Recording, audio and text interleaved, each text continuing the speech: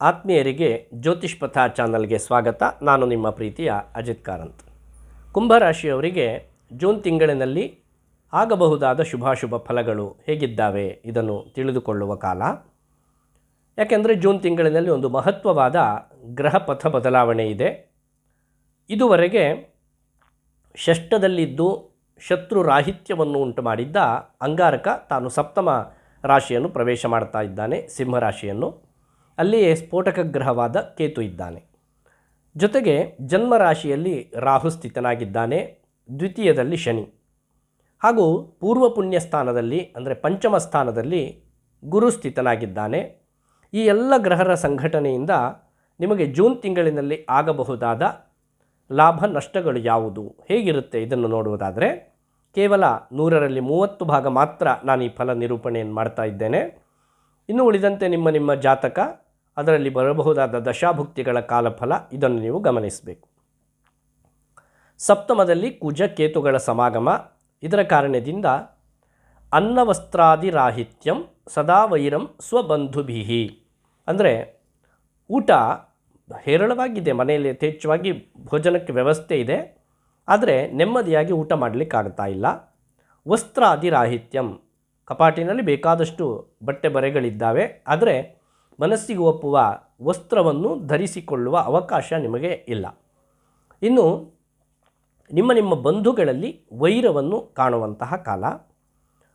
ಕಳತ್ರ ಪುತ್ರ ಭ್ರಾತೃಣಾಂ ವಿರೋಧಂ, ಅಂದರೆ ದಂಪತಿಗಳಲ್ಲಿ ಪರಸ್ಪರ ಕಲಹ, ಮಕ್ಕಳಿಂದ ಸ್ವಲ್ಪ ವಿರೋಧ, ಹಾಗೂ ಸಹೋದರರಲ್ಲಿ ಕಲಹ ಏರ್ಪಡುವ ಸಾಧ್ಯತೆಗಳು.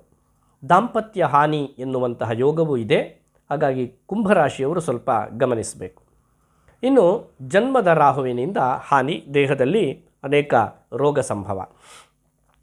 ದ್ವಿತೀಯದ ಶನಿಯ ಕಾರಣದಿಂದ ಮತಿಭ್ರಂಶ, ಮನಃಕ್ಲೇಶ, ಎಲ್ಲ ಕಾರ್ಯಗಳ ವಿನಾಶ.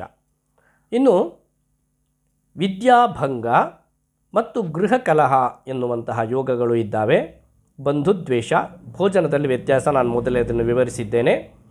ಉಷ್ಣಬಾಧೆ ಮತ್ತು ಆಲಸ್ಯ, ವಸ್ತ್ರನಾಶ, ಪುತ್ರವೈರ ಎನ್ನುವಂತಹ ಯೋಗಗಳು ಮತ್ತೆ ಅದೇ ಯೋಗ ಫಲಗಳು ಬಂದಿದ್ದಾವೆ. ಆದರೆ ನೀವು ಅಧೀರರಾಗಬೇಕಾಗಿಲ್ಲ. ಯಾಕೆಂದರೆ 3ನೇ ಮನೆಯಲ್ಲಿ ಶುಕ್ರಸ್ಥಿತನಾಗಿದ್ದು ಸ್ತ್ರೀ ಸೌಖ್ಯವನ್ನು, ಮಣಿಲಾಭವನ್ನು ಹಾಗೂ ಸಂಗೀತಾದಿ ಒಳ್ಳೊಳ್ಳೆಯ ವಾದ್ಯಗಳ ಸಹಿತವಾದ ಸಂಗೀತ ಶ್ರವಣದ ಯೋಗವನ್ನು ಕೊಡ್ತಾನೆ.